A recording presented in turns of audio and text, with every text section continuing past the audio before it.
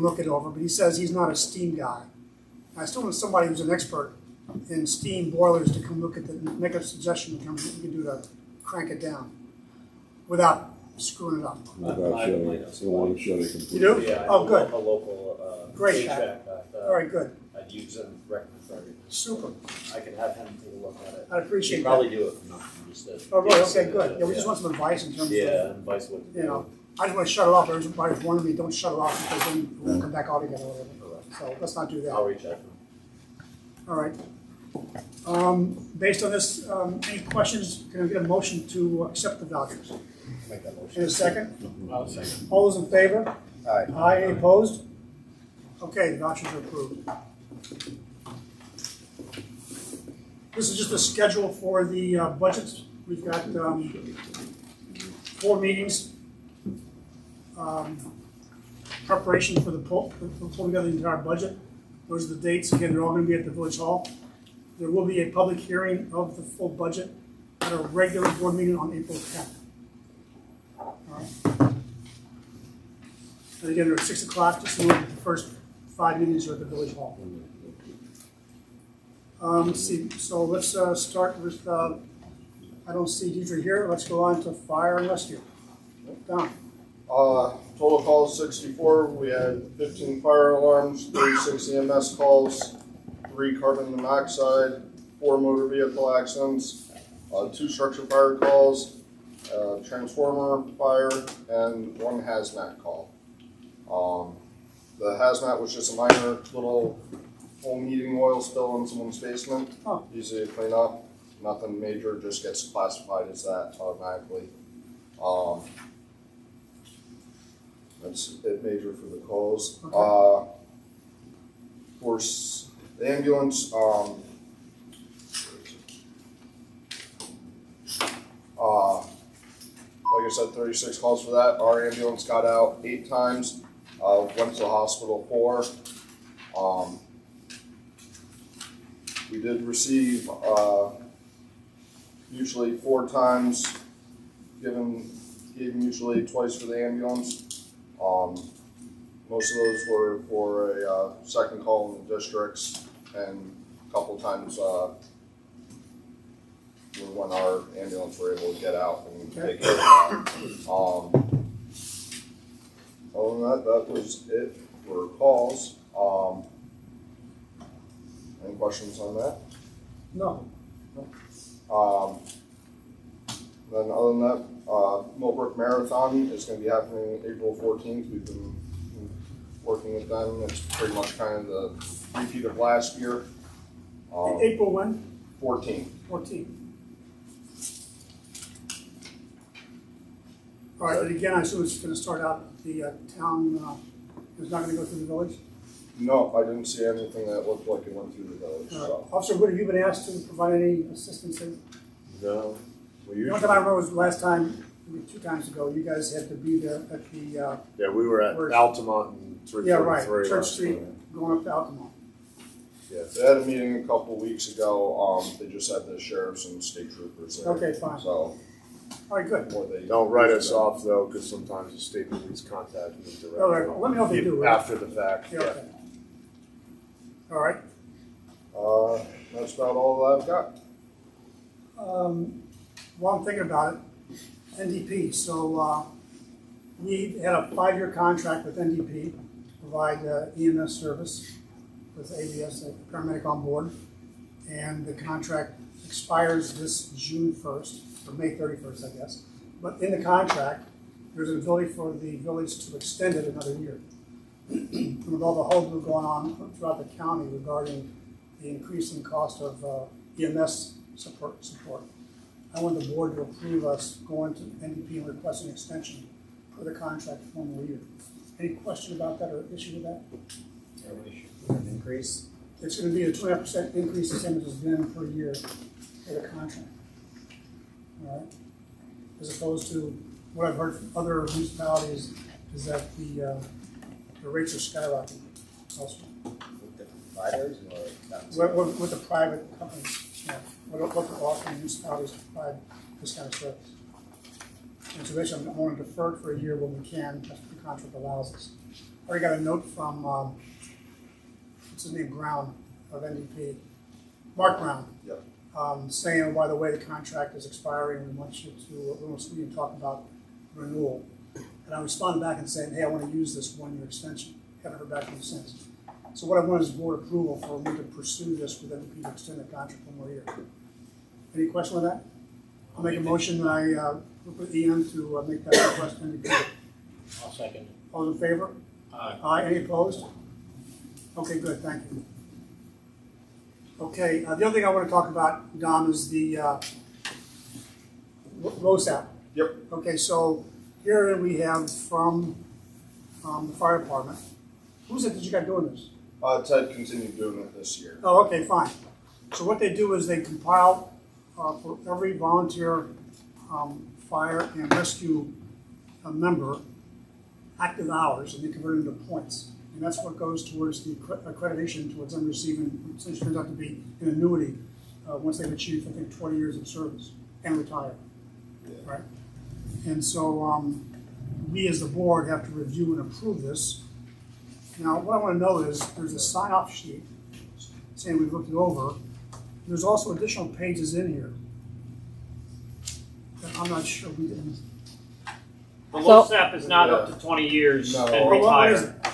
it? It's Age-based. age at 55. Oh, And is that after- right? Oh, okay. After 55, each member, that amount that each member gets is put into their fund Okay. for their name. And at age 55, they get that lump sum paid out to them. What's a lump sum payment? But if they continue to stay active, they get that percentage of this, which is $700 per active member. Yeah, per year. That goes directly gets mailed to them. Is that right? Okay. That doesn't start into another fund. And what we do, the village pays into a fund that's managed by a third party that manages the incomes as well as the disbursement. So they set their rates every year for us in terms of the expected payouts in the near future. Because from our point of view, it's like an annuity that we're funding. Okay. So I've got additional chart pages in here. So you're just doing the blue one for now, and then it has Okay. to go back to Ted, and then I it comes see. back. Yeah. All right. So what do I want the trustees to recognize? I guess the fact is that they have a person, Ted, that reviews and certifies these numbers to be correct, service hours. Any questions by the trustees regarding this process? If not, I want to send this down to you and ask you to review the package and sign it and date it. All right? And while we're doing this, let me proceed. Unless, any questions? All right, fine. Anything else, Don? That's it for me. All right, Matt? I don't have anything. Bless you. Well, Matt, I gotta say, I'm really upset the fact that I tried to get to the bingo. And I would have been earlier, except my wife made me only 15 minutes early, before 7 o'clock. And some guy down at the bottom of the hill says, I'm sorry, you can't come in. Tell them who you were. Yeah, no, I didn't. I should have. He said that. He said, you're barred for life. Tim, those people waiting at 4 o'clock. We didn't open the doors until 4 to 6. That's amazing. That's what he said. That is amazing. So fantastic. We actually shut it down, bringing people in. It was like probably 20 after 6, and that was it. We were full. We couldn't accept So we were really late to get in. Wow. Phenomenal. I thought he was going to tell us the parking lot was filled. Yeah, right. The whole Don't building. feel bad. You weren't the only one. There were Obviously a few not. people turned around. So what is the plan for the future? Is it monthly? We're having another one March 8th, Okay. and then possibly another one April 12th. All right. We're going to stop it for the summer months, the warmer months, and then bring it back in the fall. Okay. So get there about 3 o'clock in the afternoon. All right. That's what I think my wife starts at 2. One by your pen. So say again, Matt, the dates were 3. March 8th Yeah. and April 12th. Okay, fine. Good job of getting the message out. All right, so nothing, Matt? Nothing. Anything on the grant on your end? Haven't heard anything yet. Not that I'm aware of. No. That's to do for grants. It's a black hole. We get no feedback until they decide. Right. All right, then let's move on. Officer Witt. Good evening. In front of you, you'll see the numbers for January of this year, the main highlights: 6 traffic tickets. We assisted state police twice, fire department twice, EMS 10 times, the school district 3 times. Court, you'll see now, should only be 2 a month going on with the new judge, Judge Pools. She's reduced the number of court nights. She's combined the civil and traffic night, so we won't be there 3 times a month anymore. Was that right? Okay, It'll fine. just be twice a month, All right, good. along with a time change on the start of court. Okay.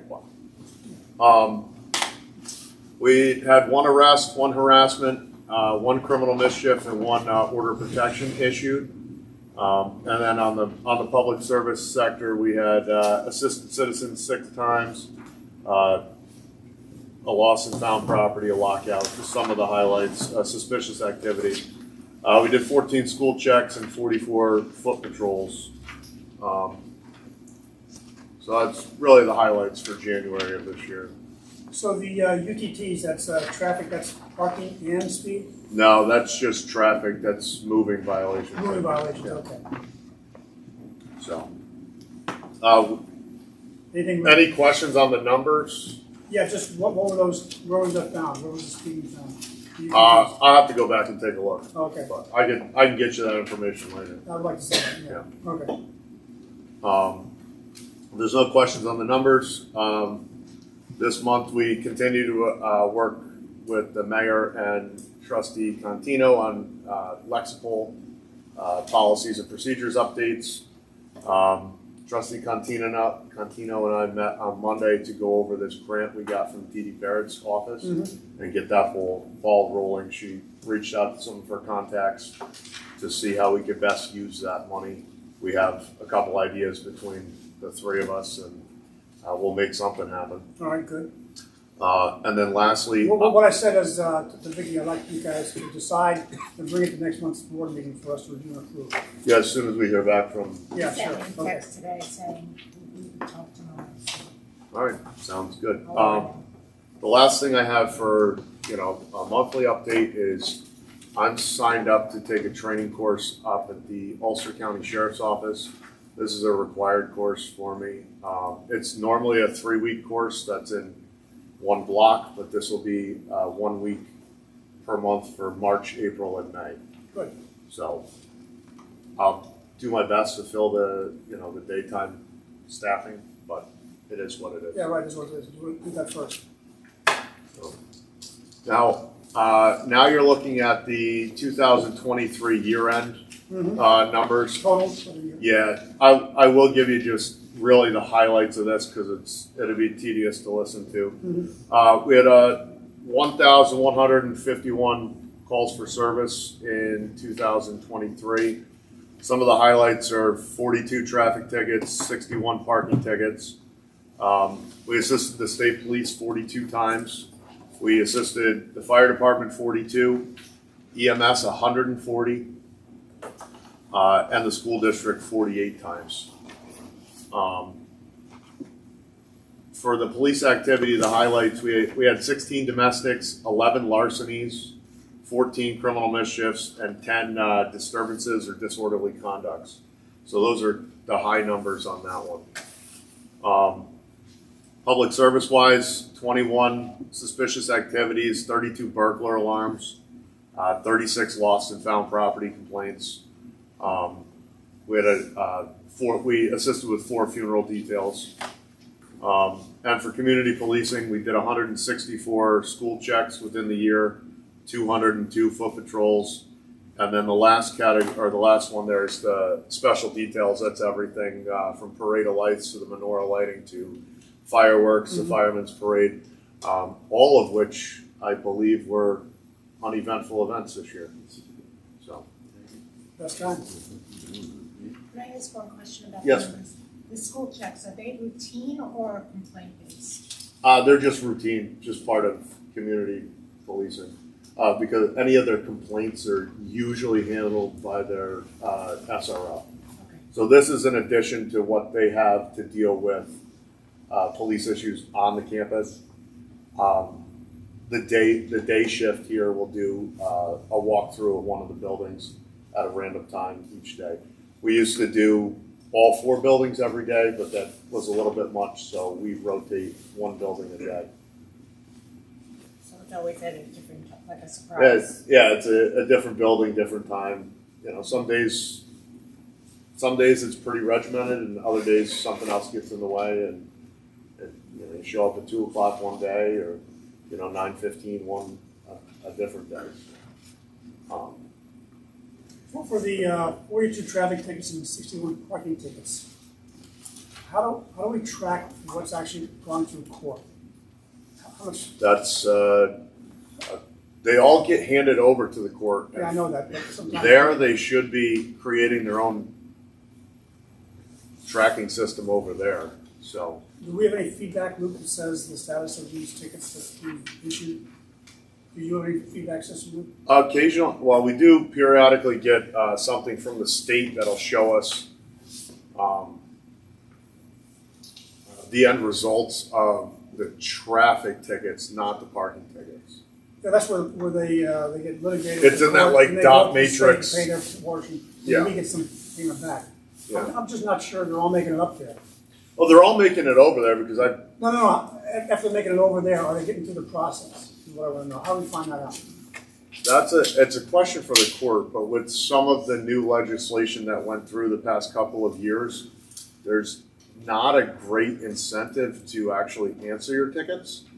Do you have There's do you have a no big record? penalty for not answering your tickets So anymore. let me ask you this: do you have a record of all those 103 tickets? Yeah, well, that's how I get these numbers, is I pull them from our report writing system. So yeah, there's at the very minimum that. Well, let's take offline. I'd like to get a group of those, maybe just a subset of those, and just see how many of those we've actually gone through the process. Okay. All right? A mixture of parking and traffic tickets, maybe the last couple of months or whatever. Okay. I just don't think I'm seeing the revenue coming out the back end. Well, like I was saying, there's slim to no ramifications for not answering your tickets anymore. Well, So- that's a problem. That's Well, they're going through the process. If whether we're getting revenue from them is another story. Well, Kristen Fiore, who is now the deputy clerk, she was actually a court clerk for a while, Yeah. and she was training a new person. And I was asking her this question, and she said, "Oh, as part of training this new person, we found some more parking tickets." And so I But never now- got any closure from her in terms of That's old. That was like, you told me that like months ago. Yeah. You know, it was not over a year. So Right. from my understanding Yeah. is once the village closed its court in 2000 at the end of 2011, Yeah. any of these things that are written on state code, we'll never see the money for, because we don't operate our own court. The town of Washington gets the revenue from vehicle and traffic law violations. So even on our parking tickets, we're at like 25% village code and 75% state code. Mhm. So even out of those 61, you might be looking at 20 or on the Okay. high end of 20 that are village code violations. Okay, and I know So- we get a percent of it after the town takes theirs and the state's taking their piece. There's still ought to be something coming to the village. Right. So, but out of that 61, if you had 20 at $100 a pop, you're looking at $2,000. So the numbers are pretty close. All right, I'd like to go through it with you. Just Right. see- Oh, absolutely. Maybe you're right. Maybe this is something that's just. I think we should get some kind of a feedback that says, "Here's what's happened." It's reasonable. Yeah. Ask them. Otherwise, Like I it's said, we get a you're right, printout from we're the into- state. in this black hole, and we're never hearing back again. Maybe we are, but it's hard to match A with that. Tracking them would be Yeah. helpful. Yeah, I mean, like, That's what I because like to do is track them. if you look at, well, you guys don't have this. This is the readout for my department for the year. We've brought in $800 worth of fines and forfeitures. Mhm. So that's Yeah, that's on the operating expense report. yeah. So it's not a far cry from what's up there on parking tickets, because all of the traffic tickets are written under state code. Okay, I'd like to see it. Absolutely. Okay, fine. All right. Any questions for Officer Witt? Only two arrests for the whole year? I'm surprised. That's what it appeared to be, yeah. You just had one last month, Yep. right? Yeah. Oh, last month is this year, 2024. I mean, our numbers are down in general there. The 2 previous years, we were up over in the ballpark of 1,500, so we're looking at a drop of almost 400 Oh, in total incidents, calls, yeah, for the year. no good arrest. Right. Arrests were usually somewhere in the 8 to 10 to 12, so last year was low. I know, if you recall, we had some staffing issues for about a third of the year last year in the summertime, where a higher number of our arrests would occur. So it's likely that some of those arrests fell to other agencies. Do you know how many shifts were covered last year as a percentage? No, but I could get that information. Mm-hmm. During the summer, I'll bet you in the range of like 50. Whereas the latter part of the year, like, well, for example, this month is the first month I've seen in a long time which is full. It's a full schedule this month. Okay. Even the last few months, I'm going to say it was in the range of like 90%. Yeah, easily. Yeah. Yeah, somewhere starting around October, it was Yeah, right. it was running 85 to 95% full. You'd like to see that? It'd be interesting to know. Yeah. Once we It's- let's try to it's budget easy one, enough let's to- put that together. Put together. All right. All right, anything else? Just one thing on the use of force policy. I sent out an email to the trustees, and I showed you what Officer Witt, Trustee Contino, and I have put together with the help of Lexipol for the one chapter that's on use of force. We're working on, I think there's still 5 more chapters, if I recall, that we need to complete in order for us to complete the tier 1. Was it 5? think it's 5. It's at 4. They're 4. smaller, but Yeah. due to the snow and Dick doesn't feel it. But the recommendation from the guy who did the assessment of the police was that we ASAP approve the use of force. Any questions with that policy, that one chapter on the policy that is circulated to the trustees? The only question I Yes. had was related to that, because I was looking at the deadly force on shootings, and just said, you know, when a vehicle is trying to flee from the scene, obviously you can't fire at the vehicle, so the implications. What other restrictions are we under locally in terms of how you can proceed in a chase from a scene like that where someone is escaping? You have limits on how fast you can go, territorial restrictions, anything like that? It's very often highly discretionary. There's guidelines there. The main factors are is the subject identified? What's the crime? Public safety, officer safety, road conditions. That's like there's a list of about 6-8 things that are like the high priority factors on it that you have to be continuously assessing as this goes on.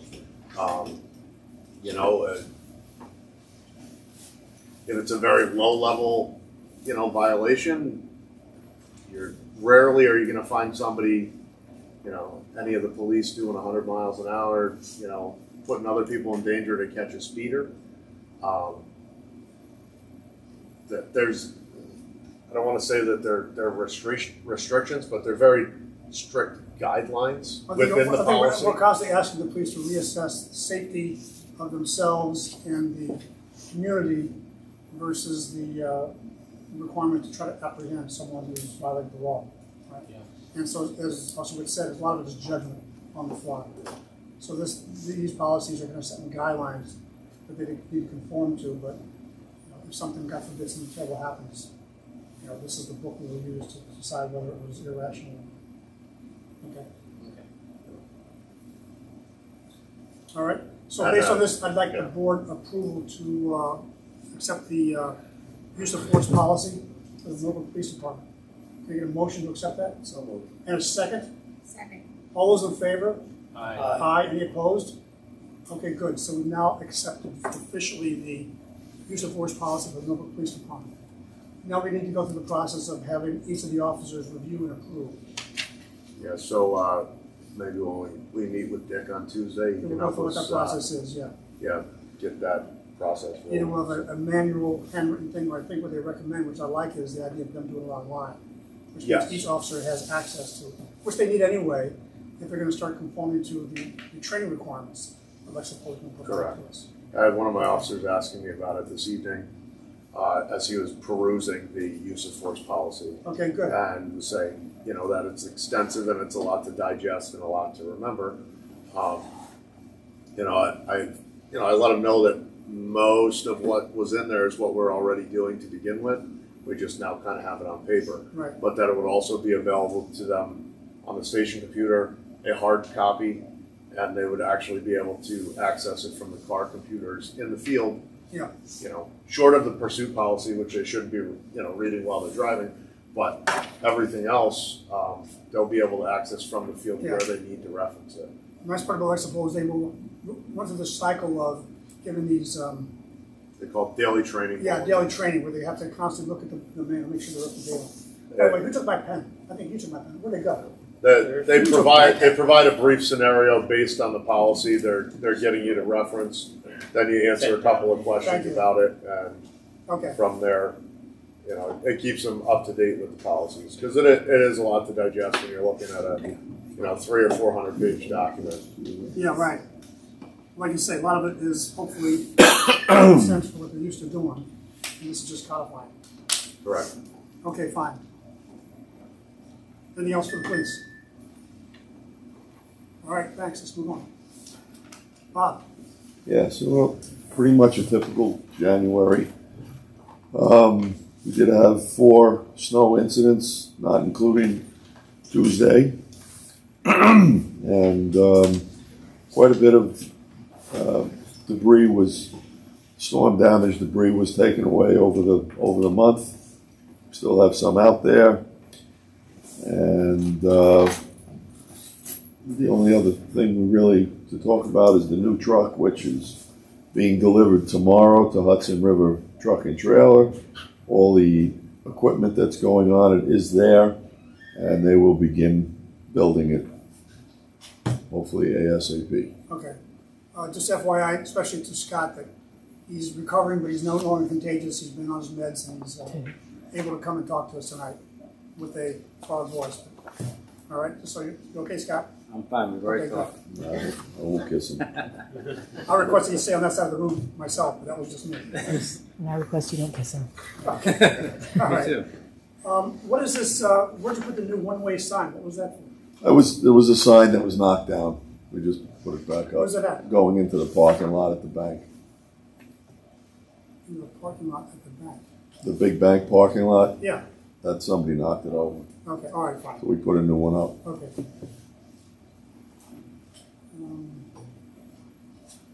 Any questions for Bob before we talk about the SIB? Okay.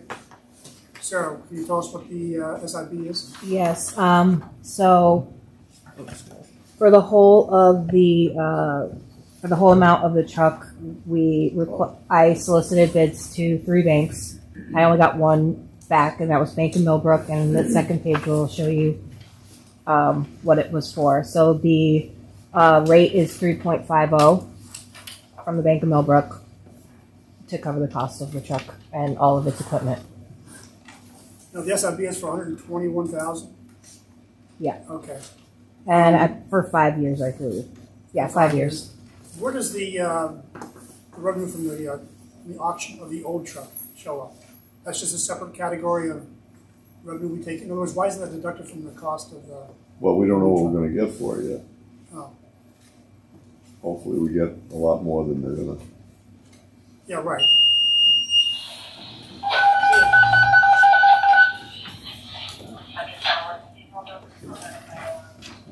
Okay, so is that what we typically do? We just do the funding for the entire cost of the new truck? Yep. And then when we get the trade-in, or the auctioned off, Yeah, we just stick that in revenue? yeah, Okay. yeah. And then like the payments don't start till the following Following year. year, I understand, right. So, I mean, we could put it in, there's still a highway reserve and put it in there to pay for, Yeah, to pay for the first year or two? Yeah, let's do that. Okay, if fine. that's what you like. Yeah, makes sense, right? We should dedicate it towards the front-end payment of the truck. All right, good. So when do you think you can actually get the truck in hand? Oh, that's impossible to say. Oh, you can't tell? Okay, No. fine. Hopefully within the next 2 months. Okay, They're not the fastest right now, and especially in the winter, they're doing repairs and they come first. okay. And so, Sarah, when we receive it, our first payment will be roughly when? Be next fiscal year? Yeah. 24, 25? Yeah, it's like a year from when we sign. So we'll be signing probably this week or maybe early next week. I see, okay. Yeah. All right, fine. Do we have to approve anything to SIB? Yeah, there's you guys all have that. There's a roll call vote. Okay, At- questions about exactly. the Well, there's financing? two things you have to do. Yeah. There's a bond resolution that you have to issue. Before you do that, you have to do your environmental review, because it's new financing. It's an unlisted action under seeker, and so what you should do is issue a negative declaration. I've provided a seeker resolution that does that. Just a finding that you're issuing statutory installment bond for $121,000, and the board has determined that that is not going to have any adverse environmental impact. So that would be the first thing to do. Once you've done that, you can adopt your bond resolution for the $121,000. I think I might have missed that if you did sign. Like, The seeker? yeah, the The seeker. seeker? Yeah. I have a copy of it. Yeah. I thought I There was a included it. lot of documents going Yeah. around I know. this past week, so It's in the packet. Isn't this in the packet? no, is that the Oh, big okay, one? for the zoning. Yeah, that's for the Okay. SDR.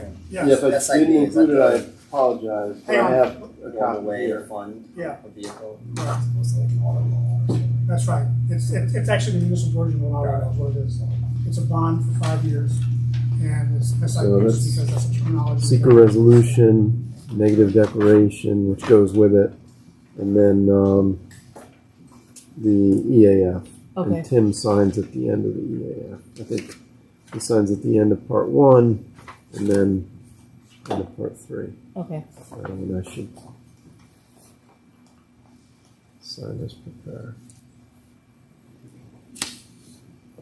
So you need a motion and second to adopt Okay, any questions about the seeker? seeker resolution. We don't have it in front of us, but I have no questions. Okay, I mean, it's a standard, No, I don't. Yeah, no, I read basic disclaimer something. that there's a need for. Yeah. I read something online. Okay. So make a motion, anybody like to take a motion? I'll make that too. For a second? Second. All in favor? Aye. Any opposed? All right, fine. Now you take a roll call? Mayor Collopy, Aye. Trustee Herzog, Aye. Trustee Contino, Aye. Trustee Doro, Aye. and Trustee Murphy. Aye. All right, that's for the seeker. That's for seeker, and then now you just need to, by motion and second, adopt your bond resolution to finance the cost of purchase of a new highway dump truck.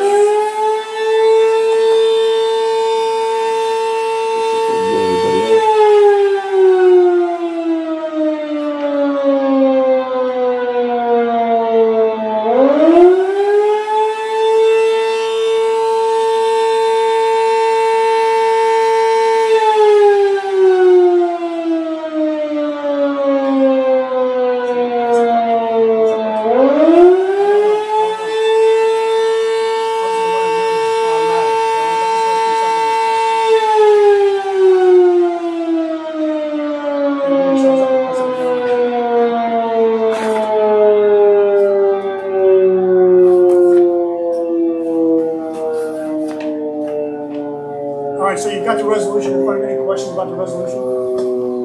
Making a motion to accept the resolution? I'll make that Wait a second. Second. All those in favor? Aye. Any opposed? Okay, thanks. Let's do a roll call vote for that. Mayor Collopy, Aye. Trustee Herzog, Aye.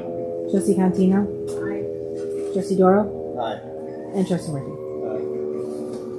Okay, so that's the bond resolution. Yes. Yes, and then I have these, I've got the documents. the Oh, okay. documents. I forgot to email them to you. Okay.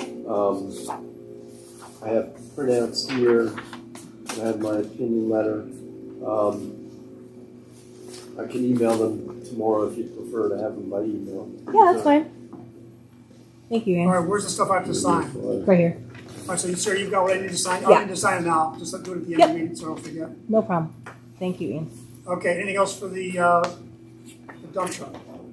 Just one thing, there's an estoppel notice too, and that gets published in the paper. Yeah. So Okay. under local finance law, if you publish an estoppel notice, it shortens the statute of limitations for anybody that would try to challenge your bond resolution. So it's 20 days. So generally, it's a good idea to do it. Okay, Okay. And that's it. okay. Let's see, that's it for Bob? All right, let's move on. Scott? Oh, wait, this one here. Just for you who don't know, we have a little 25-year anniversary Yes. celebration for one of the members of the highway department. That's Jeff, second from the left, or that's on the far left, I guess. So he's been here for 25 years, and we have a little celebration for him. So thanks to the staff, you and Nicole for pulling together, That was great. and congratulations to Jeff. We're showing this here. If we ask him to show a picture, he'd say no, so we're doing it anyway. Yep. All right, that's just recognition for Jeff Horton.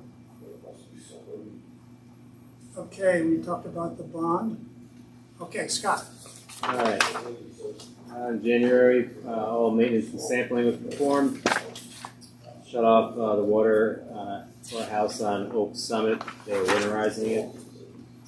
We fixed 4 water meters and replaced 3 meters. And completed the annual water withdrawal report for the DEC.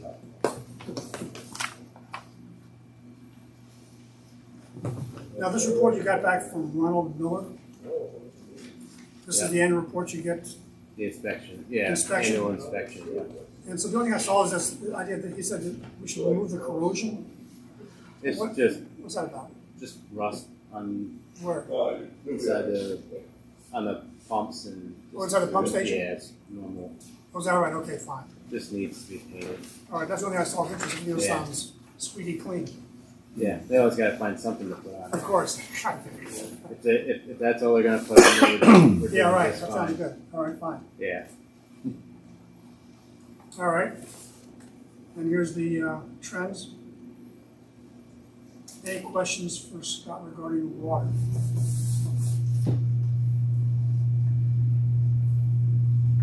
In terms of the quarterly meter fee, Yeah. have you seen any So, positive movement in terms of there's any revenue? Yeah, Yeah. the revenue did jump.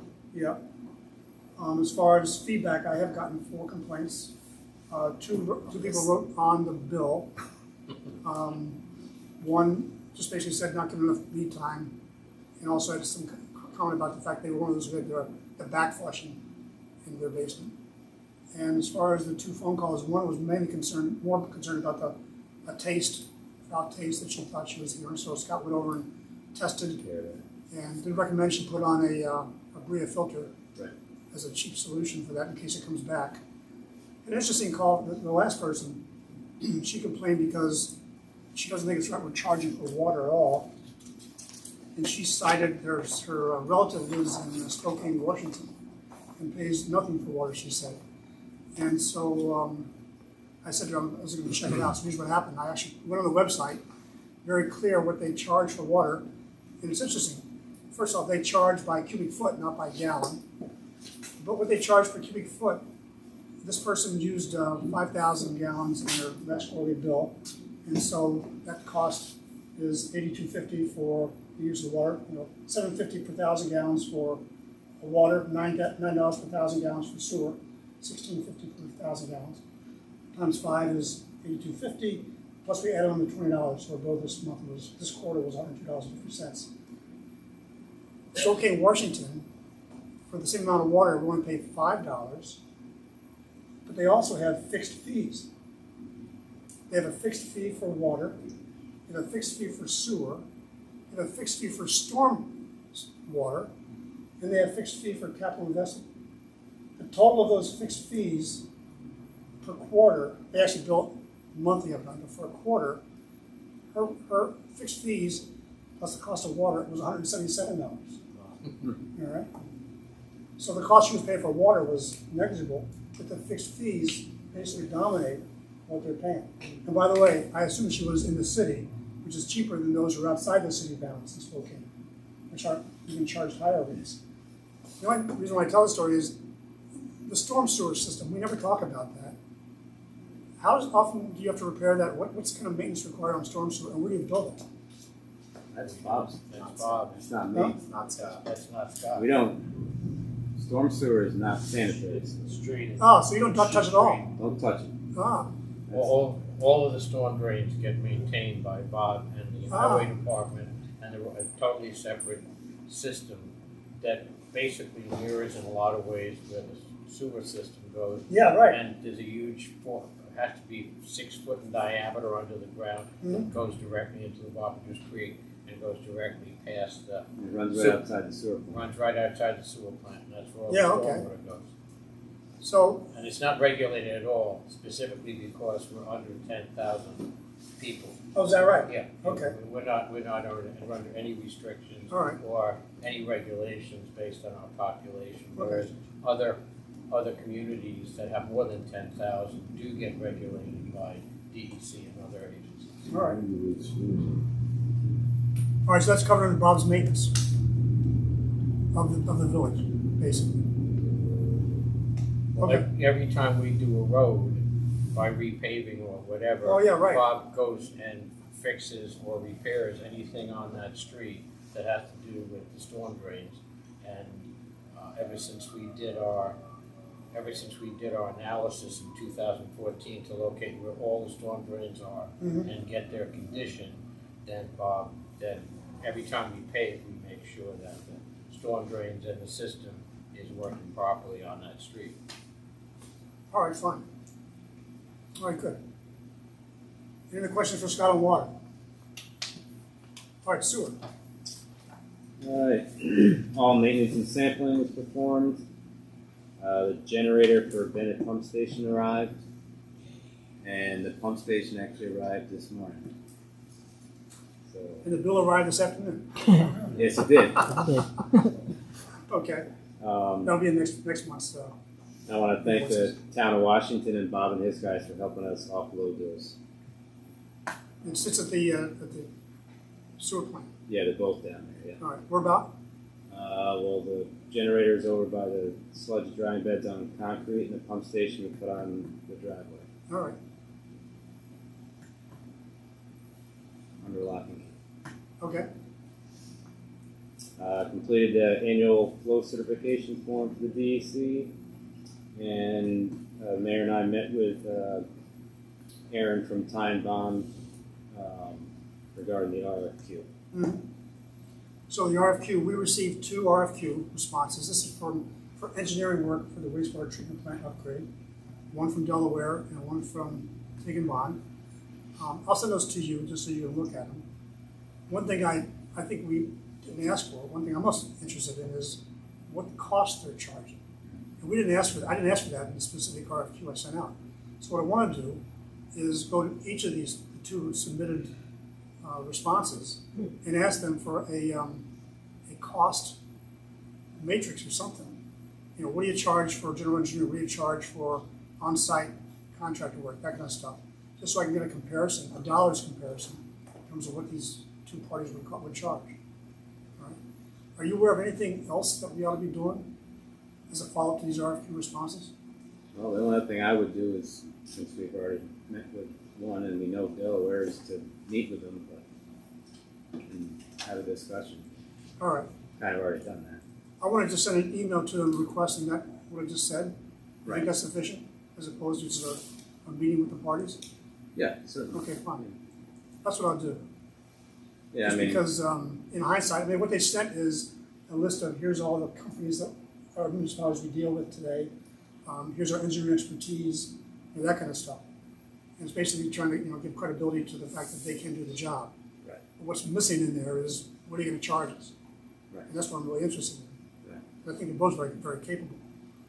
yeah, I'm sure they're both very qualified. Yeah, right.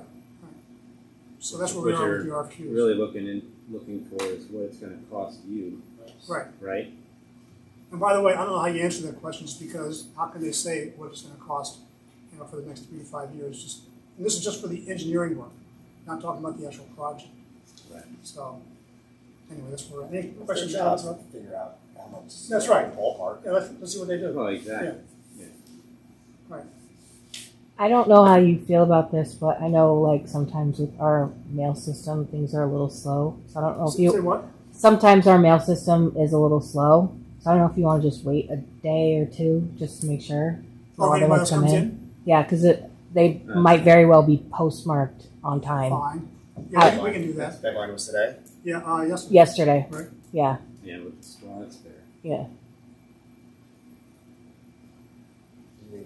Wasn't there one in the mailbox or something last time? Yeah, right. Yeah.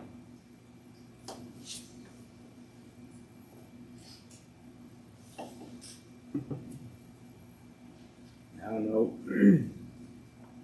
what else you might be looking for, but I mean, you already have a projected cost of the upgrade from Delaware. Well, of the Delaware I don't know if design, that's something that they could do without charging you, like the other companies. I don't know. I mean, because I gather that's kind of what you're looking at, right? Trying Yeah. to figure out, what the upgrade's going to cost. actually, that's a good point. That's even more important than what they would charge per hour. If you have another company comes in and says, I can do the job in Yeah. 6 million instead of 7.5. And what that would entail, like, they'd obviously have to look at everything that we have now. Would they charge you for that? Probably. But again, I don't know. Are both plans like similar in nature? Or we don't even know yet. Well, you don't know. See, they didn't give us But the plans. I can tell you just from talking with Aaron, there's different ideas thrown out there. Right. So, different people have different perspectives. So who knows where it may go. And I don't know today if her ideas were more expensive than Delaware's, or Correct. less expensive, or what. Exactly. Besides us and Scott, if there's vastly different, who else do we get Good question. an opinion about which Yeah, one's who, better? who has the knowledge to actually evaluate the differences? That's a good question. Pat, sometimes you got ideas there. Never think about that. Is there someone at the county level who would be able to help us?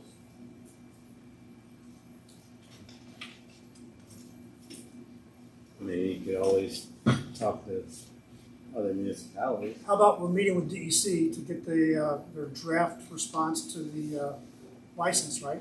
Next Friday. Next Friday. Is that a topic to discuss with them? About the The engineering. question would be, who could do an independent assessment for us of the Yeah, I value doubt of the these DEC different competing would do it, engineering but- firms? Yes, I doubt the DEC can do it, but Is that right? Okay. Maybe that is a good question, and I'd like to have I don't have an answer. answered. Anybody in your shop that, no?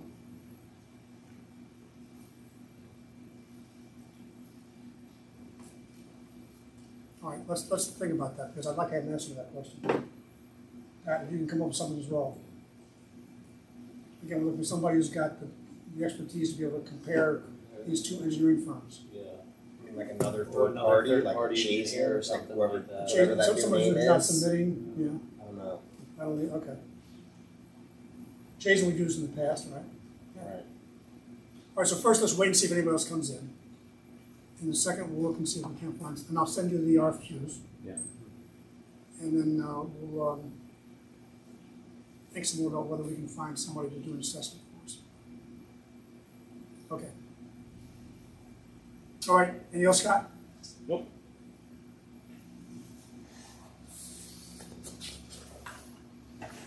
Ian, where are we with this request of trying to get our money back from the Greenbrier?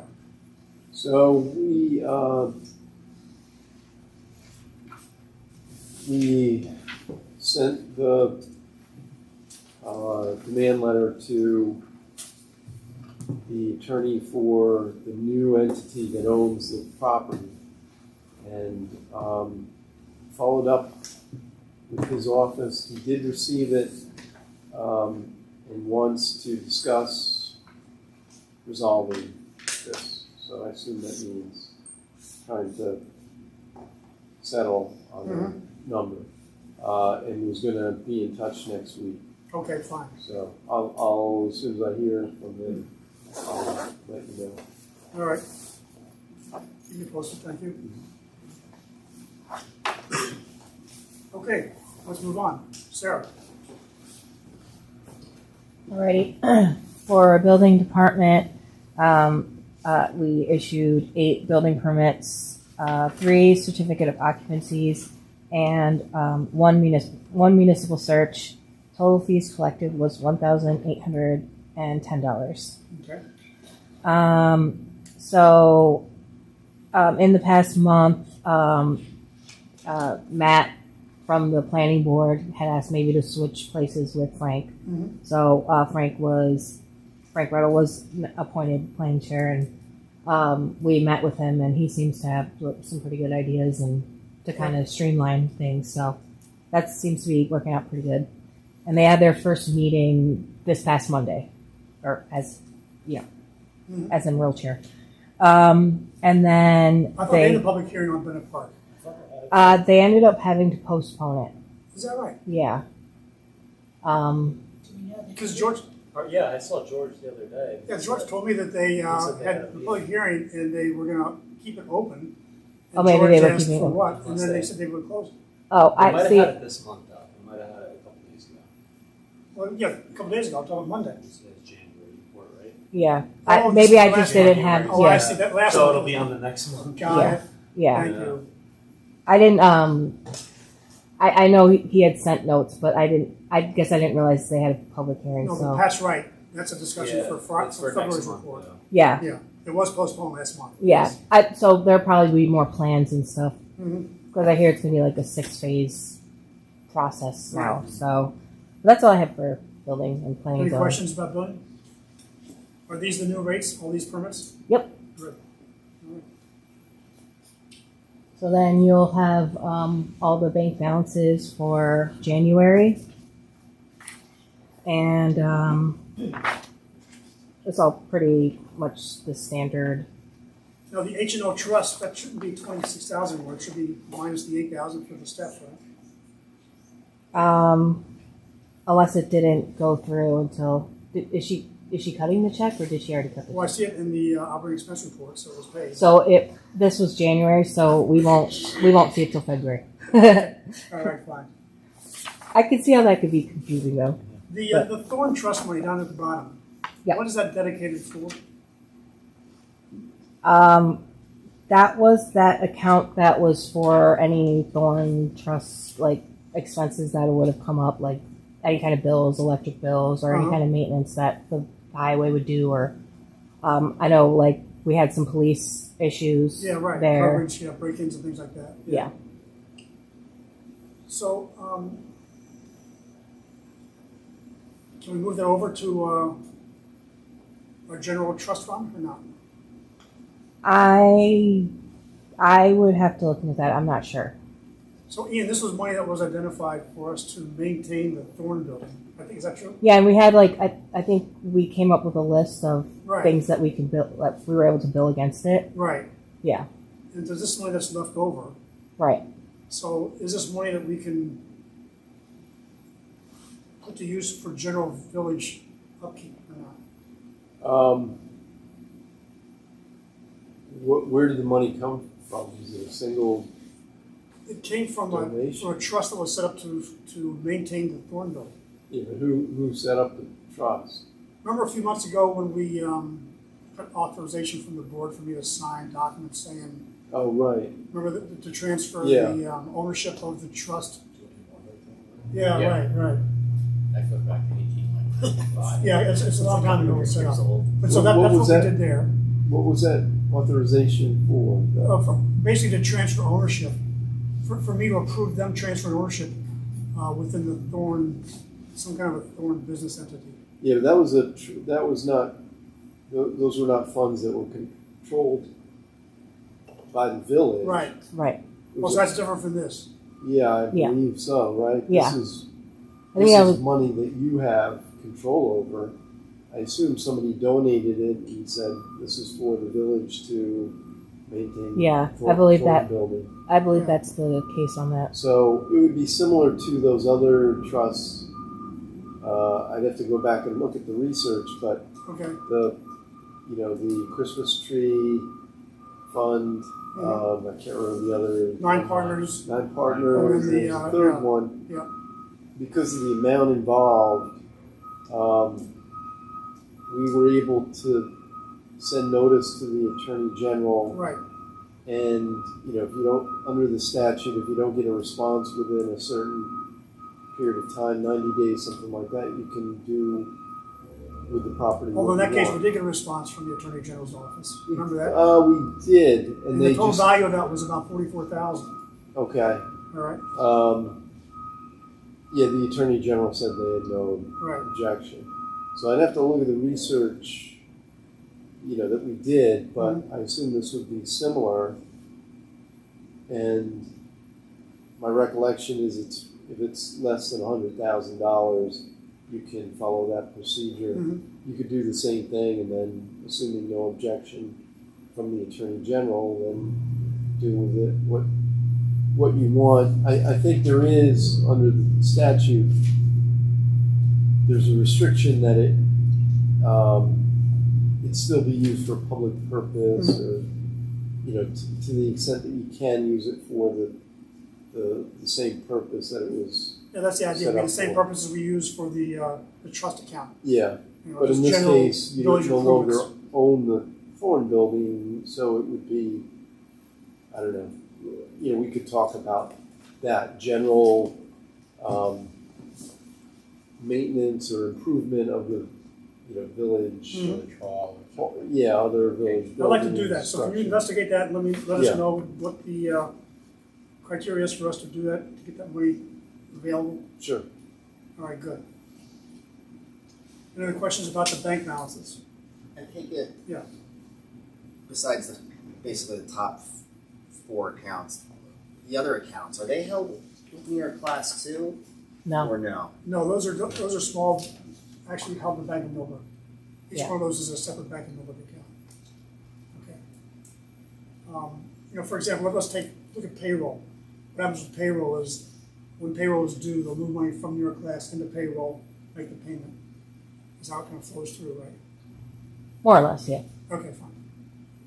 So a lot of these will be, That Thorn, even that Thorn Trust. It's like well, like Thorn a Trust, chunk of money. yeah, that's right, it does just sit there.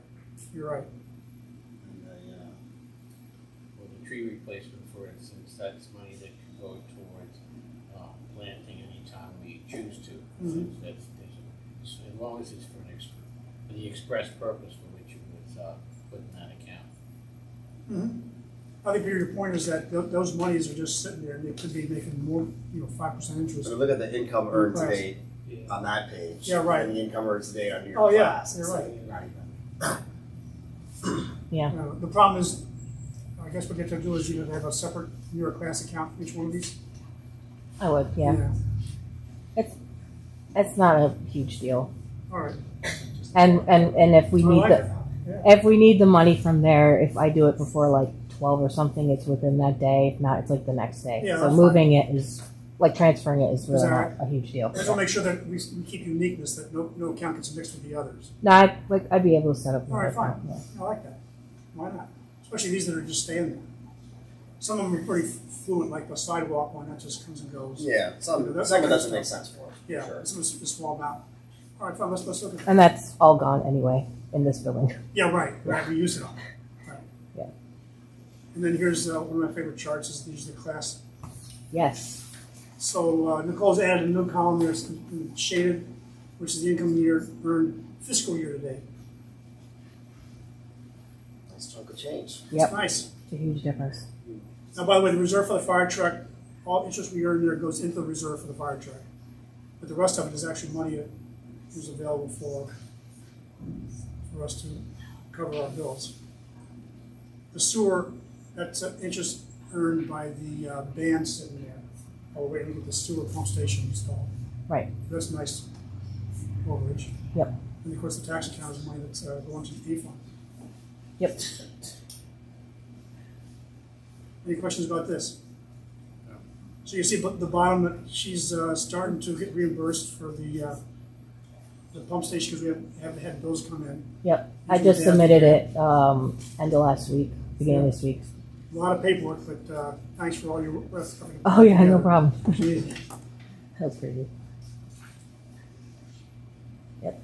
And All right. everything else is pretty standard. Any questions about that? Okay, let's move on. All right, next is the public hearing for the short-term rental code. All right. Now, Ian, last month we opened the public hearing, and we decided to keep it open for this meeting. Anything we need to do to actually make it officially open? It's already open? I just ask for people to make comments? I assume what you did at the last meeting is you voted to adjourn it to this meeting. You could vote to just keep, So if we open Yeah, just make a motion. I'll make a motion, we reopen the public hearing. Can I get a second? Second. All those in favor? Aye. Aye. Public hearing is open again for the short-term rentals. Anyone want to make a comment? Yes. Fine. So thank you for the consideration for starting the meeting Sure. because of Valentine's. As I said, it was a little surprising because nobody really connected the 14th of February with tonight's meeting. So when we met with the business owners, they were all very interested in coming to the meeting tonight, but they couldn't make it because of our Valentine's Day today. So Well, we opened it last month. I know. Yes. They had a chance to come last month. You also They had a mentioned chance to come this Valentine's month. I'm Day. sorry? You also mentioned Valentine's Day at last month's meeting. That's Yeah, I did, right. Yes. That's what we asked. That's what I'm saying. It just didn't resonate. We were just Okay. saying, so It is what it is. nobody made any comment and said that wasn't good. So anyway, it's good. So here we are. Okay. So I wanted just to say, so here we are at the final meeting for the SDRs tonight, and we've been going at this since I think June of last year. Am I correct? It's At really least, 9 sure. months, right? Yeah. So ever since then, I know Peter said that we've come a long way. And certainly we have come a long way since June of last year. However, we started with a very flawed proposal. So we've chiseled and chiseled at that proposal, and that's where we are today. So the point that I'm making is that it's a very good strategy. I personally have used that strategy myself, and I find it very effective. You show have something out there, you chisel it, and you eventually narrow it down to what everybody wants. We feel that with all the meetings that we've had, which is now nearly 9 months of meetings, that we feel that we've been heard but not been listened to. We've made many suggestions and asked for many reconsiderations. And it appeared to us that everybody was so set on the way that they wanted this thing to work that it was not taken into consideration.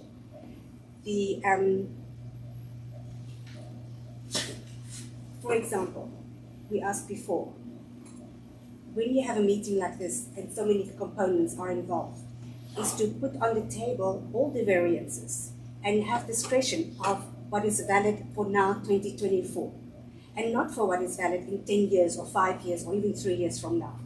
And the reason why I'm bringing that up is because I'm coming back to Laurie's situation of here is a resident who's been here for 90 years. This is their history.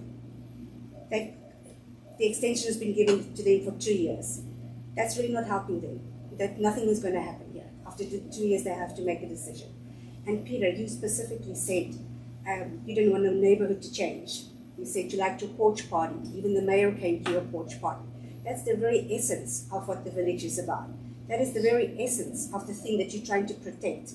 But by forcing people like Laurie to now sell their home after a 90-year history, it's contradicting that statement that you've made. So we're asking for you to reconsider, because the next option that is left for them is then to apply for a variance. And I know that we've discussed the variances, and that's not an issue. We're asking for you to please to reconsider that based on the history and based on the fact that she's been running the Airbnb for the last 4 or 5 years already. So it's not a new thing, it's not a threatening. That's really the reason why we're asking. We feel that we are not being listened to. Anyway, so that's the one issue. The other issue was the just want to go back to the issue of the porch parties. The very essence of the village is by forcing them then to sell, then we are going to get newcomers and new neighbors coming in. Not that that's a problem, but I'm just saying that the very thing that you are trying to protect is now being put on, just falling by the wayside.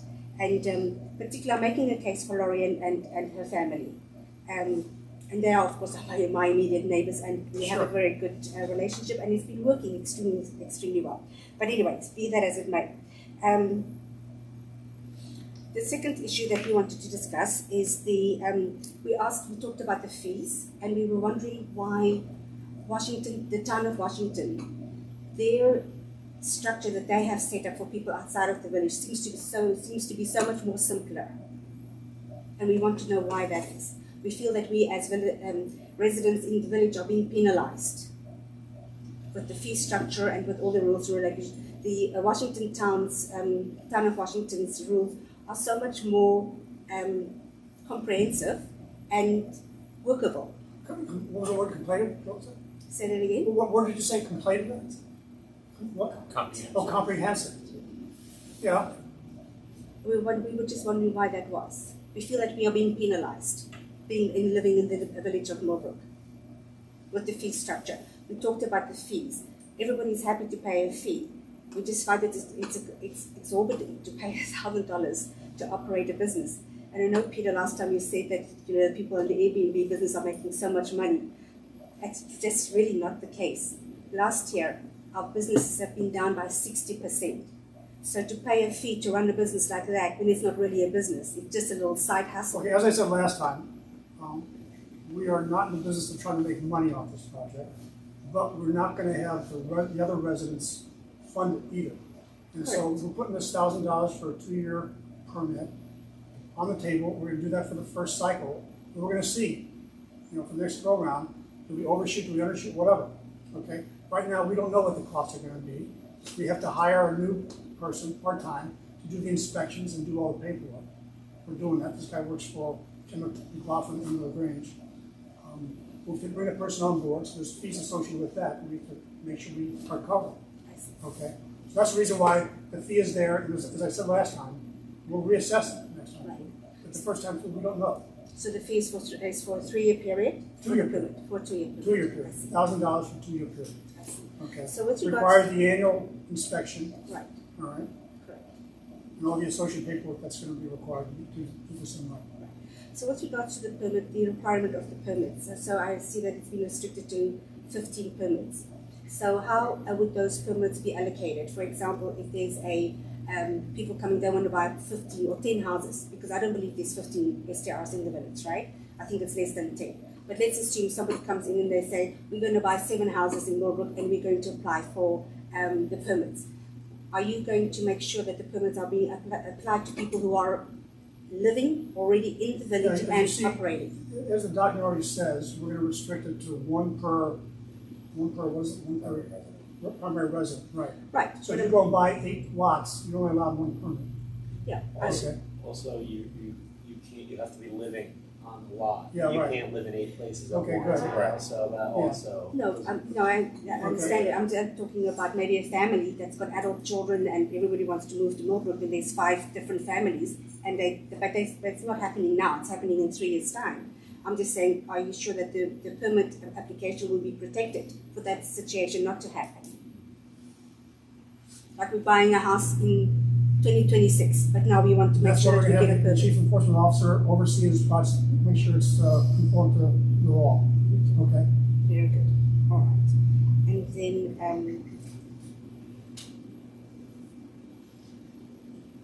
Yeah, so I just wanted to find out, so after this meeting, because we've been having so many meetings, and we just feel that every time we walked away from the meeting, that we're coming back and we raise the same issues. And actually what Kevin was just saying the other day, he says that every time I go there, I'm bringing up the same subject. And of course everybody seems to be digging in their heels here, because you guys have got your point, we've got our point of view. There seems to be no coming together of the lines. My perception, you said that we started off with a faulty document. We started off with what we thought was a workable document. But by going through the reviews with the public, those who are STR owners as well as the neighbors and such, we've modified, improved it to get what we think is a good trade-off between making it compatible for the owners and the STRs as well as the neighbors. Because remember, in every situation, we consider both ends of the spectrum. And as you saw, we had meetings where we had people from one side and people from the other side of the next meeting. All right? So we're trying to find that balance. So not everybody's going to be happy, but we're trying to do the best we can to get this thing codified, which to me is very important. Right. And to do it now as opposed to later.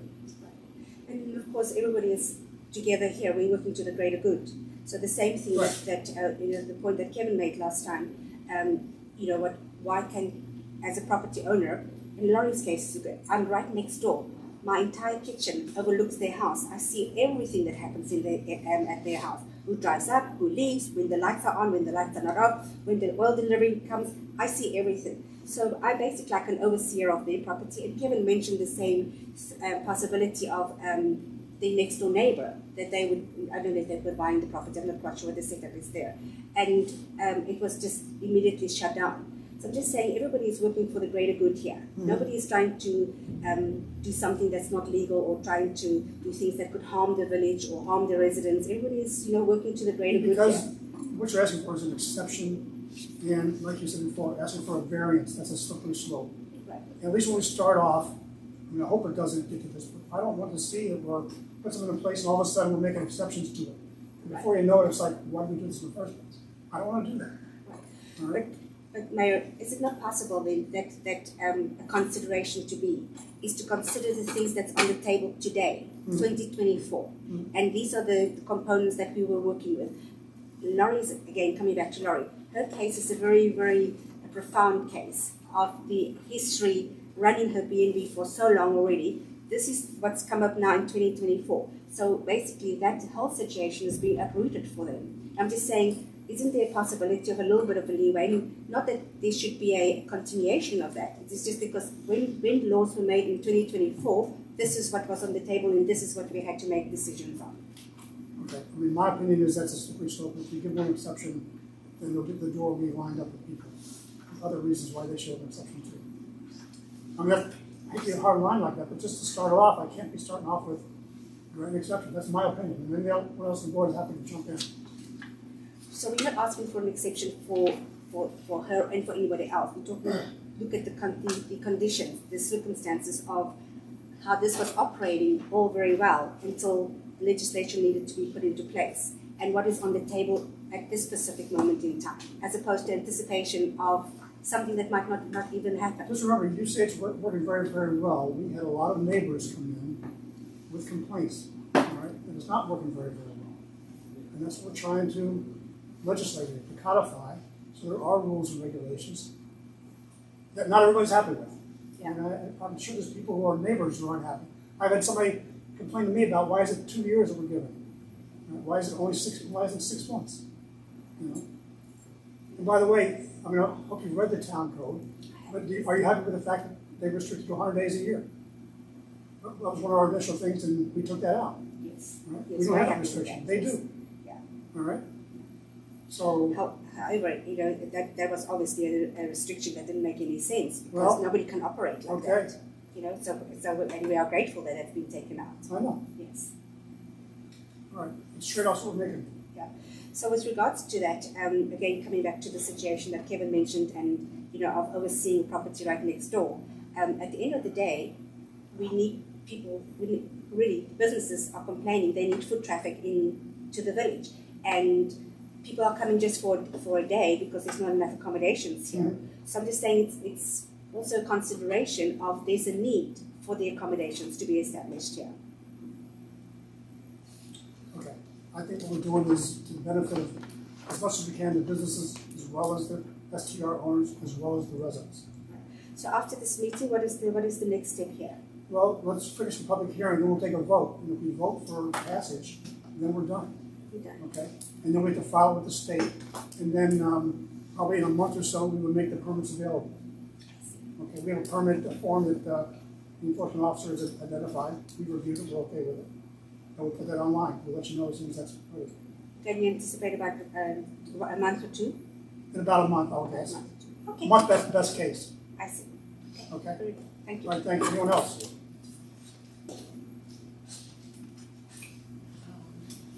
I've had an Airbnb for the last 3 years, and I was extremely busy, and it's totally dropped. There's nobody, I have one reservation for August. And so I just feel like we don't need this, what's going on. We don't need all these regulations and all this stuff. That's my personal feeling. And I'm not going to continue on Airbnb anyway, because I'm taking it off the market. Okay. So either go full-time or just not renting it at all. So I questioned the whole. Okay. And I've talked to several other friends who have Airbnbs, and they also have had no bookings. Everybody was always very busy, and I think, actually, frankly, I think it was great to have Airbnbs in town because there's no place to stay. So Cottonwood is the only place, and That's it's not good open for anymore, right? business. We need business in town. Mhm. You know, I've owned a business for a long time, so I know what retail is like, and we're established, but people come to Millbrook, what is there to do? Thank God we have the Betts and the deli and the diner, but, you know, there's nothing to do. So they come to the antique shops, because there's just nothing to do, Okay. which is great for us. Mhm. But I just think it's very unnecessary, this whole thing, so. Okay. Thank you. Anyone else? Make a motion to close the public hearing. Do I have a Is there second? Second. All those in favor? Aye. Aye, any opposed? Okay. Public hearing is now closed. All right, Ian, what's the next step? So, next thing to do would be to adopt seeker resolution. This is subject to environmental review. I prepared a long-form environmental assessment form, I should say a long environmental assessment form, because this is a type 1 action under seeker. And the resolution I prepared would be to determine that the village board shall act as lead agency in seeker review, and a finding that there will not be any adverse environmental impacts from enactment of this local law. This is essentially what you're doing is regulating a use that already exists. Mhm. So you're just adopting legislative regulations, not expected to have any adverse environmental impacts, and therefore you issue a negative declaration. Okay. And that's what that first resolution does. The findings are contained in, there's a page next to that, going through the analysis that you as a board are required to do under seeker. And the bottom line is just finding that this will not have any adverse environmental impact. So you need a motion and a second to adopt the resolution, and then roll call vote. Let's do that. Can we get a motion? I'll make that motion. And a second? I'll second. Okay, all those in favor? Aye. Let's do the roll call, sorry. Mayor Collopy, Aye. Deputy Mayor Doro, Aye. Trustee Herzog, Aye. Trustee Contino, Aye. Trustee Murphy. Okay, that accepts the seeker. Right, and then the next is the local law itself, or the resolution to adopt the local law. And this is Same package? Yes. This is local law number 2 of 2024, amending chapter 230 of the Village Code entitled Zoning to establish rules and regulations for short-term rentals. What this local law does is it creates a new section, 230-30C, or I should say new subsection, and again, containing the rules and regulations for short-term rentals in the village. And I need the board needs a motion in a second, and then roll call vote. All right, you make a motion. I'll make that motion. And a second? Second. And a vote?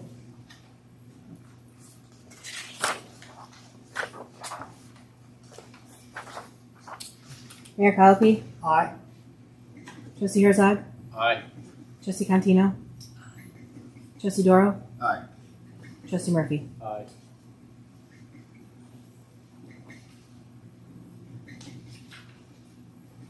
So the resolution is enacted, the local law will take effect as soon as it's filed with Secretary of State. Okay. Um, Oh, it takes effect when it's filed? Correct. I usually get notification. Well, they send confirmation. Yeah. But we didn't get these other things we talked about tonight. Okay. Correct. All right, fine. I mean, legally, it's when it's filed. That's the first time I've ever seen Secretary of State reject local laws. We'll talk about that in a minute. Yeah. So for this one, For this one, you've adopted the resolution. The local law will take effect once it's filed with the Secretary of State. okay, where are we with being able to put the permit online? I haven't gotten it yet. You haven't got it from Ken? Okay, fine. Yeah, he shared it with me on Monday. So I'll make sure he gets it to you so we can actually post it. The form, the permit form. You seen it? We reviewed that, Robert. Yeah, right. So let's make that in sync with the filing. Right. Or maybe you'll give a few days after you file. Yeah. So just two other housekeeping matters. The negative declaration, because it's a type 1 action, has to be filed with the environmental notice bulletin. I can probably do that. It's easy to do. What I'll do is I'll either send you the link or I'll CC you on the email. You can do it by email now. Oh, okay. And environmental notice bulletin is something that's maintained by DEC. Now they make it really easy. You just send an email, essentially with that second page of the secret resolution, and that takes care of it. It's a publication that they maintain. You can see it online. All right, fine.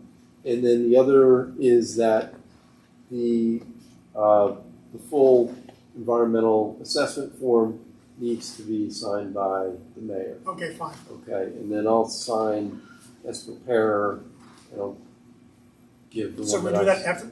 You can do it after the meeting. Okay, fine. Let's do that. All right, next two items regard.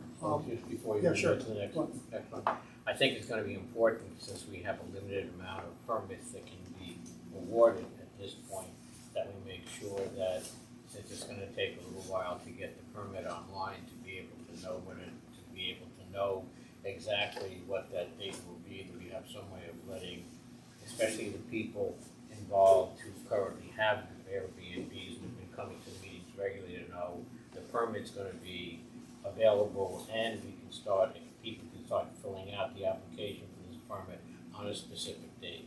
Okay. Because otherwise, you don't want to hear that someone who's had an established Airbnb happened to be out of town or this or that. We have to have some way to make sure the public is adequately informed. What's a form to notify? We can certainly put it on our website. We can put it in my newsletter. Yeah, Blackboard. Gov blast. Oh, okay. Do a blast? Yeah, we'll do that. Okay, fine. I think the people, I think the Blackboard blast, yeah. I think the people involved, should have some idea. If you want to know when the permit's going to be on file or is going to be available, contact, this spot or go here to this place online, so you can have a definitive date to go by. All right, once we know what that is, we'll do that. And Yeah. how will we be notified? We'll send out a blackboard notice on the night. Yeah, Yeah. through Blackboard, which is a notice across the village. I don't have them. What is that? Yeah, you do. You've got a phone, you've got if you register, Yes. well, you can also leave a phone message. Blackboard does just with the phone. Yeah, Register for this each is resident. on the phone number that anybody has to visit, right? And this is the emergency notification system we have. So if there's something like a water main break or something. If you get from Key. So we use that too to make sure everyone gets it. And we'll do it once we have the form ready. With the need, as they can apply. Yeah. So we At can the end, close. Okay. sign to Yep. prepare. Okay. So he signs All right. there, and then he signs part one as well at the end. Okay. All right, next two resolutions. Oh, okay. Wait for it. There. Got it. Okay. Thank you. Next two resolutions are regarding the corrections. One to the actual numbers that were put into the resolution. This is regarding the senior exemption, which we passed as a law last September, I believe, or even earlier. And the version that we passed was the right one with the right limits in it. What was sent to the state was the incorrect one. All right? And they sent back and said, this doesn't conform to your law. You're right. So what we're trying to do here is to accept my resolution, the change to the max numbers in the law for the senior exemption. Correct. So what you're doing is you're readopting the resolution of adoption for the tax exemption for veterans and senior citizens. Well, the veterans was okay. It's the senior citizens we're doing. Okay. You know. Well, they're both in the same. Oh, they're in the same document, right? Okay. law. But the limits are changing only for the seniors. I think the fire department one. I'm sorry? There was a fire department or a fire one, right? Yeah, that was separate, right? Yeah, that was passed with no Yeah, that was no fine, issues. Yeah. This was just the senior. Yeah, that was a separate local law. Yeah. This is just the one that applies to senior citizens and veterans. You know, any questions from the board regarding the change there? There was a slight change of like, I think, $500 maximum. But you know, you see, you look online, that's the right numbers. What was something the state was wrong. So you're basically redoing what you did for the sole purpose of correcting what's on file with the Secretary With the of state, right. All right, how do we do this? Just by motion, second, and then roll call vote. Okay, good. Make a motion? I'll make that Is motion. there a second? I'll second. All those in favor? Aye. Roll call. Mayor Collopy, Aye. Trustee Herzog, Aye. Trustee Tantino, Aye. Trustee Doro, Aye. and Trustee Murphy. Aye. All right, good. The next two are regarding local laws we passed at the end of 2022, I think. Yeah. And were received by the state in 2023, and we didn't get notice until this month that they never received, or when they received them, they were the wrong dates. Yeah. But I guess they rejected them, right? They never didn't told us file, and they didn't tell you that. Right. So, This is regarding the outdoor dining as well as the change we made to the planning board to yard signs. this As is examples for public hearing. a problem that comes up at the end of the year when you introduce local laws and then you enact them the following year. What Secretary of State recommends, and this is what you do, that you keep separate numbering systems for proposed and enacted local laws. And so when you introduce the local law in December, it may be local law number 5 of 2022. But when you enact it, it may be local law number 1 of 2023. That is what we did, or I believe that this was a local law that was enacted at the end of the year, but didn't get filed with Secretary of State until the following year. Yeah, okay. I didn't think that they did this, but they're saying that because they received it the following year, the number was incorrect. It should have been numbered Now that makes it difficult to do because we have no control. We have some control over when it's sent, but we don't have any control when it's received by the Secretary of State. But what they're saying is because they received it the following year, even though it was enacted in 2022, it wasn't received by them until 2023.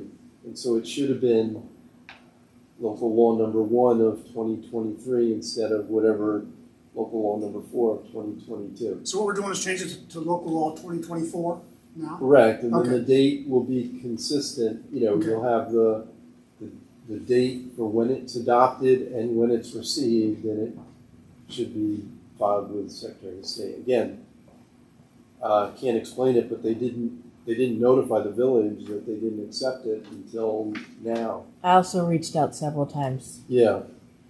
All right. So in any case, this is just a way to fix what is essentially a clerical, reluctant to even call it an error, just an unusual situation. Any questions regarding this sort of story? No. Okay, good. What do we do to get this passed? Again, it would be by motion and second. This is, so we're now on local law number 5 of 2024, amending Article 10 of Chapter 230, your zoning code provision, by creating a new section 230-75 containing regulations for outdoor dining on village sidewalks. All right. Okay, so just in our sequence, local law number 4 is the one that is about signs. So which should we pass first? Does it make a difference? Oh, I may be, am I looking, I'm sorry. Doesn't matter. I'm as long as looking at the wrong I don't one. think it doesn't matter. No. So we'll do 5 first. Okay. It's So- just how the agenda was. Get Yeah. a motion? I'll make that In motion. a second? I'll second. A roll call? Mayor Collopy, Aye. Trustee Herzog, Aye. Trustee Contino, Trustee Murphy, Aye. and Trustee Doro. Okay. And the other one is regarding the Is signs for the public hearing? correct. So that's local law number 4, amending chapter 230 of the village code entitled zoning to add the requirement that public hearings regarding land use applications be advertised on signs posted on the property. You get a motion? I'll make that In a motion. second? I'll second. Roll call? Mayor Collopy, Aye. Trustee Herzog, Aye. Trustee Contino, Aye. Trustee Murphy, Aye. Trustee Doro. Aye. Okay, good. Is that it? Okay, that's it. And so those will be filed with the Secretary of State and should be fine. Yeah, should I'll be believe good. when I see it. Okay. And then, Yeah, right. once they're filed, I was talking to Tim about this. I plan to Oh, yeah. reach out to E-code to try to like integrate it and codify it within our code to get a quote, and hopefully I'll get it at This is budget to time. update the online database, eCode 360, that includes our local laws. Yeah, and the last time we did it was 22. Yeah, so I want all the things we've done in the last 2 years to get put together. And so there's gonna be a cost. We're gonna find out what that cost is. And just so everybody understands, you already held a public hearing on these local laws, Yeah. and you did your secret review, so you didn't need to do that again. That was all done. Okay, Ian, thanks. Thank you. That's all I got for you. If you wanna go, you're welcome. Okay, Unless, you don't need to stick around to sign these things, right? I can just do I that. already did that. Fine, okay, good. So, All right, thanks a lot. Okay, any comments from the general public? Who's left? Then let's move on. Deputy Mayor Doro. Okay, Trustee Herzog. A couple of quickies. The NRI final draft is available online. They sent that to you last week. Okay. And the town is putting together a resolution for adoption of maps and report currently. It might even happen this week. I'm not sure exactly when they're going to meet to do it. I'd like to see if we could try to do likewise, meaning assuming we can get the proper resolution that Genevieve Glass is working on, that we can possibly adopt it on 2/28 as part of the budget meeting already planned for that date. Because that's the only, we're all going to be meeting it, but it's basically just as a budget meeting. But Okay. get that So done. the resolution would be for agreement by the board to routinely, like annually, do a reassessment? No, it would be Oh, what is basically to accept the report as it is published and the maps as they. Oh, the NRI? The Oh, okay, NRI, fine. yeah. Okay. Once we accept them and say the maps are the official maps for the village and the report is, we've approved that the NRI is what we're gonna follow, then that's it, okay? And that's what we Okay. have to do, then we can then be considered done with the, that is a requirement. We can then send the proper paper of the resolution to DEC, and that will be part of the Climate Smart Communities book, ongoing. Okay, good. So, the second thing is we had a shade tree meeting on January 10th. I got the draft for the minutes tonight, just before the meeting, so I wasn't able to share that with the group, but that should be available on site as a draft. That the next time we have a shade tree meeting, we can then make those minutes final. All right. And I'm gonna have a meeting with Genevieve Glass and you. Yep. To work on, start filing the completed CSC pledge elements that we've completed. The NRI would be an example once the board approves it, but other things like establishing a Climate Smart Communities Board, appointing Genevieve as the chairperson, et cetera, each of those are steps that you have to then put in and claim as being done with proof, Okay. whether it's resolution or whatever they require. Mhm. So I want to start that process with Genevieve during the winter time when she's going to have more time to be able to pursue that before she goes back to her gardening clients and everything else. Okay, good. She's busy with. And finally, I'm following up on potential grant application to clean energy communities that you're aware of at this point that she's putting together to find it. Hopefully, we'll be getting a proposal from Central Hudson on converting some current sodium bulb streetlights to LEDs this coming spring. And in association with Muslim already completed, we may be eligible for a $10,000 grant for clean energy communities that we may be able to get. We may have to do some converting of Yes. existing sodium Right. filaments to LEDs in order to make this. Right. Okay, fine. We'll find out. Yeah. I still haven't heard back what the cost is to do the conversion. Yeah, neither. I haven't got it yet either. We have some that are owned by either the village or by Tribute Gardens that we would have to be able to convert so that we get to 50% of all street lights, and then there's a certain amount we'd have to get to for the same thing with Central Hudson with the lights that they own. And currently, if my numbers are accurate, and we verified them with Brian, the representative, recently, we currently have 44 lights that are already converted to LEDs, and there are 76 that are not. So if we can get approximately another 16 of those converted and another dozen or so of the privately owned bulbs, we may be able to get to the 50% threshold. All right, so my question is, what's the cost to do a conversion? And how long does it take for you to get this energy savings to offset that cost? I posed both those questions to Brian Finn, who is our Central Hudson representative, and he's going to have an answer for us in the next week and a half on what the cost would be to do that conversion and what the ultimate savings would be. But I think that's probably one of the last things we have to do to be eligible for the $10,000. Okay, good. By itself could almost pay for maybe the installation or a good portion of it. All right. Okay, and that's it.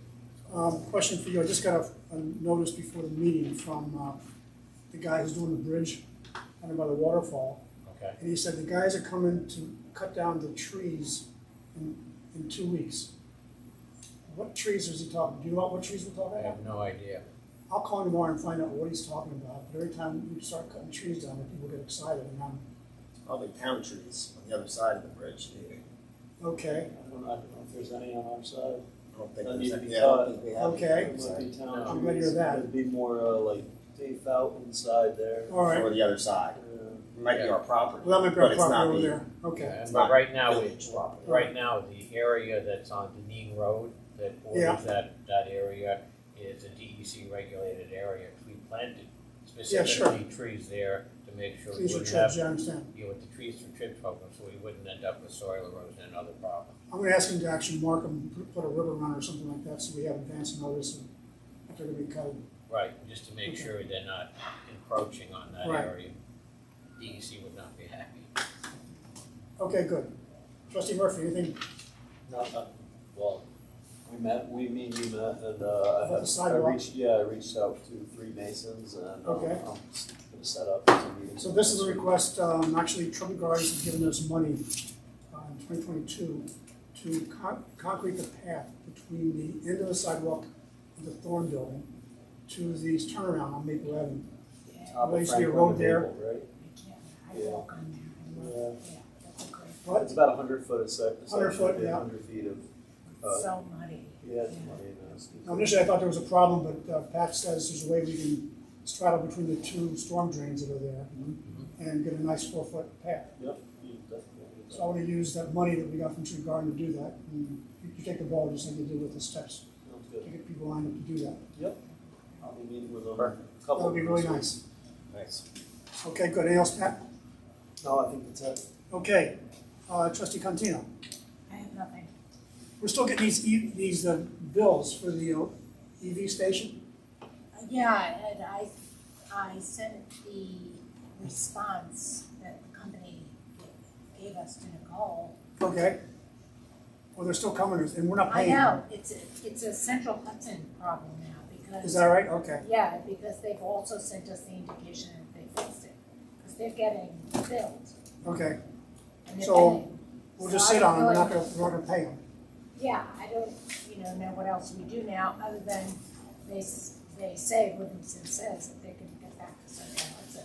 All right. So stop doing that. Should we does Ian know? Does it make sense to have him? I'm gonna see if we can do it ourselves first before we get involved. All right. I think you've already been in contact with them.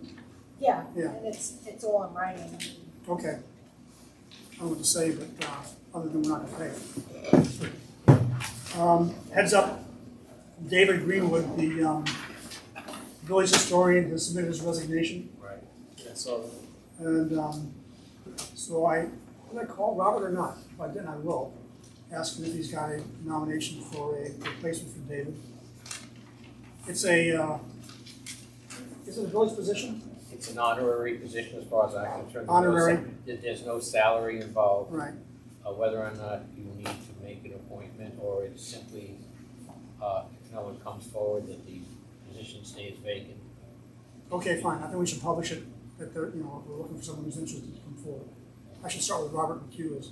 I would say it's a good start, because Yeah, someone within the I'll historical society may want that position. All right, the last thing I have in the general meeting is, had a meeting with Buffy Arbogast and George Whalen yesterday. The MBA has some real financial problems. They're trying to cut back on their spending because they're basically in the hole. And so they've identified $3,000 worth of electric bills they're paying because they own the meters, 4 meters that are sitting throughout the village. One at the village green by the farmer's market, 2 by across from Morona's, back at the gas station, and 1 at the top of the hill, where the tree is, and also the entrance to Welcome to Millbrook sign. Who owns these meters? So right now, the MBA is They paying own the for it. meter? Oh, they don't own them. The bill says Town of Washington Business Association, is what the name was on the bill, but the village MBA has been paying for it. But it's a combination of village and Tribute Garden property. Right? Yeah. 'Cause they own the green. Right. So what they've asked the village to do is to take over the electrical payment for the meter at the top of the hill, which is the Christmas tree basically, and the Welcome to Village, which is about $500 a year. They've also asked us to take over paying for the lights, the electric for the lights around the green. Tree Garden is going to do the other 2, but they've asked us to do those 2. The reason for the second one is because that's What lights around the green? the decorative lamps that are around the green. Where? The green where the village, where the gas station is, all the way in that green. There's They're on Franklin Avenue. Huh? They're all the way on Franklin Franklin Avenue. Avenue They're on and the also edge. coming back on front. Yeah. All right. Those are lights which are situated in the same situation as the lights going up the street on Franklin, which is basically village property. So they've asked us to take over ownership of those, the electric for those. All right. The cost of that is about $1,500 a year. Now Hopefully less with LEDs, right? well, that's the thing. That's the thing, you'd have to convert them at Right. this point. So it's about $2,000 they've asked us to pick up per year. And I've asked to meet with Mike Schultz to just understand what we can do to reduce that cost. He had some ideas, I met with him today, we got some comebacks, but he thinks we can do some things to like link meters together, maybe even join with the condo association at the top of the hill, pay for that. The other thing would be, can we go to LED lights on the tree at the top of the hill, instead of the incandescents we use today? Make a dramatic, because basically the cost up there is about minimal for the welcome to Moorbrook light. Yeah. And there's a big spike in November, December, and January. For the Christmas Bulbs? Yeah, for those bulbs that are up there, which are Those bulbs incandescent. are a little tired anyways. Yeah, they are. I love Sure. those bulbs. Right. Old school I ones. know, I do like them too. So anyway, let me do the analysis. It's just heads up to the board. I'll come to you maybe next month with just what my recommendation is. Be aware that we are already paying for the lights in terms of the electric bill for the parking lot across from the library, for the parking lot across from Lucius and that parking lot. Yeah, I asked George as the well. history of that. He said that he and George and Rod had an agreement Had an that agreement. because the village doesn't have parking to offer, the Tree Garden was doing this as a benefit to the village, and they wanted some level of buy-in by the village. So in addition to paying for the electric, we also plow the snow. Okay. So that's the way it's going to go, a mutual agreement. All right. So that's where that is. And that's it. Any other questions or comments? I'll make a motion that we close the general meeting. Second. All those in favor? Aye. You're going into executive, right? And now we're going to executive session. Okay, so you're gonna go to executive, you'll make a motion for that, Okay. do your thing, then you'll exit, and then you'll adjourn the Then meeting. we'll adjourn the You meeting. come back and then adjourn the meeting. Okay, fine. So I'll make a motion to go into executive session. Second. Second. All those in favor? Aye. Okay, for the general population, I need you to leave, or we'll have to go someplace, and How long is this meeting gonna be? it could be half an hour.